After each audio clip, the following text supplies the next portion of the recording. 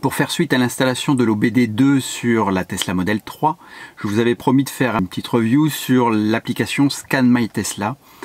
En l'occurrence, j'avais fait un test sur une application qui s'appelait Teslax. Bonne nouvelle, désormais, l'application Scan My Tesla est disponible sur iPhone, donc en système iOS. On voit ça tout de suite. Jingle!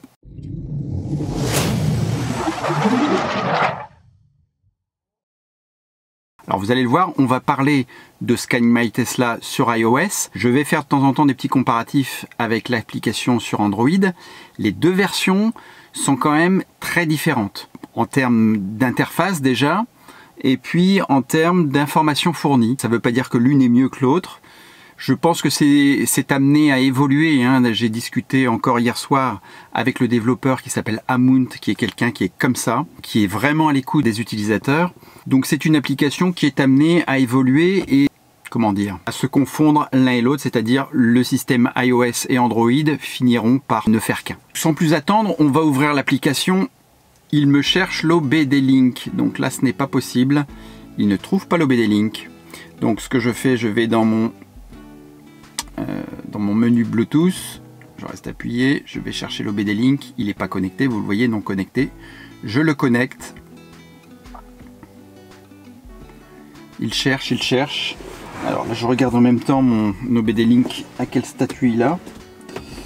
C'est pratique avec le système, parce que je l'ai juste mis entre le siège et le montant ici. Voilà, donc là, il est vraisemblablement connecté. Tac tac, on va aller directement, vous voyez, Setting Filters.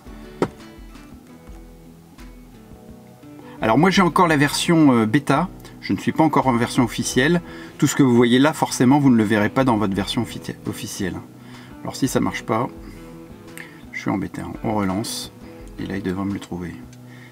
Initializing, voilà. Donc là, il me l'a trouvé. Alors, par défaut, il reste sur le dernier écran sur lequel vous vous êtes mis. Je vais volontairement me mettre sur celui que vous avez normalement. Alors, comme j'ai déjà utilisé l'application, je n'ai pas le menu, la Welcome Page. C'est ça, la Welcome Page. Vous voyez tout de suite que vous avez les besoins pour utiliser cette application. Comme je l'ai dit dans ma précédente vidéo, en tuto sur l'installation de l'OBD, vous avez besoin d'un câble.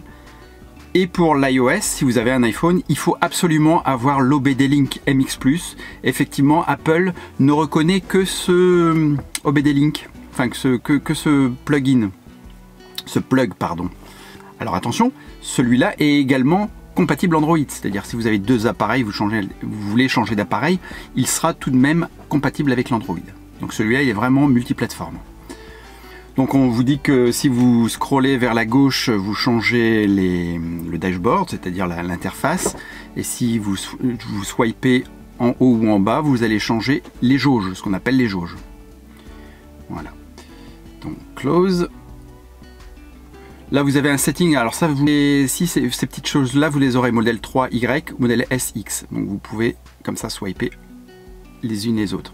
On s'est mis en kilomètres, en degrés Celsius. Et en newton-mètre, ça c'est pour le couple.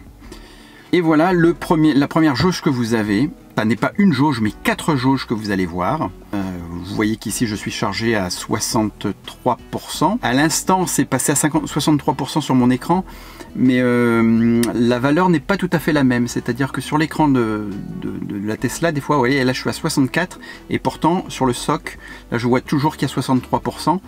Je pense que c'est une question de virgule. L'arrondi ne fonctionne pas de la même façon sur l'écran de la voiture que l'information fournie par l'OBD. J'ai un petit peu de distance, j'ai appuyé légèrement, vous voyez, j'appuie légèrement sur, et vous voyez que, hop, j'appuie, oups, ça monte. Mais le front moteur reste à 0. Pourquoi? Parce que j'ai une propulsion. Je vous rappelle que je suis en propulsion RWD Long Range. Je me remets en stationnement. Donc voilà, vous avez ce premier écran qui s'affiche. Si je swipe à gauche, vous allez voir, vous voyez, là je n'ai plus qu'une jauge. Mais quand j'ai mes deux jauges, si je slide de haut en bas, j'appuie sur la jauge, je peux changer mes jauges individuellement. Donc je peux avoir deux fois la même, là j'ai celle-là, mais je peux avoir deux fois la même, ce qui n'a aucun intérêt. Voilà, là j'ai deux fois la même. Mais voilà, vous avez la présentation des deux et vous pouvez comme ça passer de l'une à l'autre. Si je vais à gauche, là je n'ai le rendu que sur une jauge, enfin une jauge, une grande jauge avec 4 éléments dessus. Même chose, et ici j'en ai 3. Bon, pas grand intérêt d'en avoir 3 parce que là on voit strictement rien. Si je me mets en mode paysage, là me suis mis en mode paysage. Même chose, vous pouvez avoir une jauge, là c'est une jauge, là, et là deux jauges. Je vais rester en mode portrait parce que ça s'adapte mieux à la vidéo. Donc si je regarde les éléments de ces jauges, on va partir en une jauge, voilà. Donc on a vu le front motor, on a vu le rear motor, la batterie, donc ça c'est la puissance développée la batterie. Ça ce sont les températures, vous voyez, 29 degrés C, powertrain inlet, vous voyez, 23 degrés. Dans la voiture, il fait, on l'a pas ici, air stator est à 29 degrés. Dans la voiture, on l'a pas ici, pas sur cette jauge. On va passer. Donc ça, c'est juste le couple, pardon. Et on voit ici une jauge qui, enfin une échelle qui est très intéressante. Donc ce qui est intéressant, c'est les informations que vous avez sur la batterie. Alors vous n'avez pas ça sur Android. En revanche, vous avez sur Android beaucoup plus de jauges disponibles. Je ne les ai pas comptées, mais il y en a énormément. Et vous pouvez sélectionner les jauges que vous voulez voir apparaître. Ça, c'est une fonction qui va être développée également sur la version iOS. Vous aurez un menu où vous pourrez mettre les jauges que vous souhaitez. Et ici, vous avez une autre échelle, et c'est la plus importante pour moi et la plus grande différence par rapport à la version Android, c'est que vous avez ici indiqué au-dessus, si vous regardez bien, Battery Degradation, c'est ce qu'on souhaite avoir tous, savoir quel est le vieillissement de la batterie. Donc là, ma batterie, elle a 23 000 km, je suis à 3,34% de dégradation. Je rentre pas trop dans le détail parce que je ferai un bilan au bout de mes 1 an de possession de ma Model 3. Et vous voyez ici, nominal full pack, je suis à 75.3, c'est-à-dire que ma capacité de batterie actuellement est à 75.3. Quand elle était neuve, elle faisait 77,8 kWh, pardon. 77,8 kWh, et là je suis à 75,2. Quand j'ai acheté ma voiture, j'ai pu charger ma voiture à 523 km. Aujourd'hui, si je retourne au superchargeur, je pourrais charger, ça a changé, ça vient de changer, je pourrais charger 517 km. Donc j'ai perdu en autonomie 6 km. En résumé, ce qu'on peut dire sur cette application iOS, elle est toute jeune, elle vient de sortir. J'ai fait remonter l'information comme quoi l'interface n'était pas des plus lisibles. C'est vraiment écrit très très petit.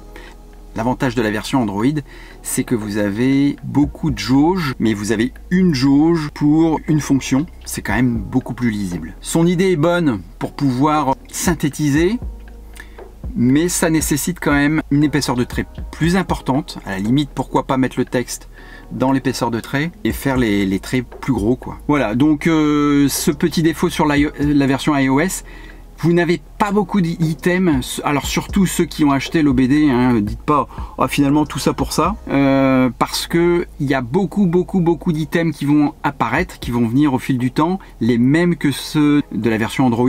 Soyez patient, encouragez quand même le développeur qui s'est arraché les cheveux, parce que c'est quand même quelqu'un qui développe beaucoup sous Android, qui est pas bien habitué à l'iOS, mais malgré tout il a fait l'effort de pouvoir le sortir sur iOS pour en satisfaire un maximum. Donc voilà, l'application est à je crois 8 € sur l'Apple Store. Si vous voulez vraiment avoir l'état de dégradation déjà de la batterie, dans le futur pouvoir avoir votre 0 à 100, pouvoir avoir la température et le comportement des batteries. Alors justement, je vais encore faire un petit teasing sur la prochaine vidéo quand je présenterai l'applicatif de ça. Là je vais couper la vidéo, n'hésitez pas à liker la vidéo, à vous abonner si vous voulez en savoir plus. Donc le petit teasing, c'est que je vais vous mettre une vidéo et vous allez noter quelque chose pendant mon accélération. Vous pouvez me dire ce que vous en pensez en commentaire. Je vous rappelle que j'ai une grande autonomie, propulsion RWD. C'est très intéressant et dans ma vidéo qui va suivre, il y a encore des choses encore plus intéressantes sur le comportement justement de cette puissance et pas des moteurs puisque j'en ai qu'un, mais il y a des choses vraiment intéressantes à connaître et je vous en dis pas plus. Ça vous permettra de vous tenir un petit peu en haleine. Merci de votre attention.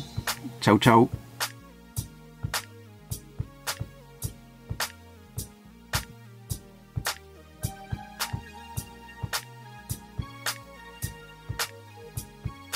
je recule, je vais pas reculer dans la porte de garage quand même.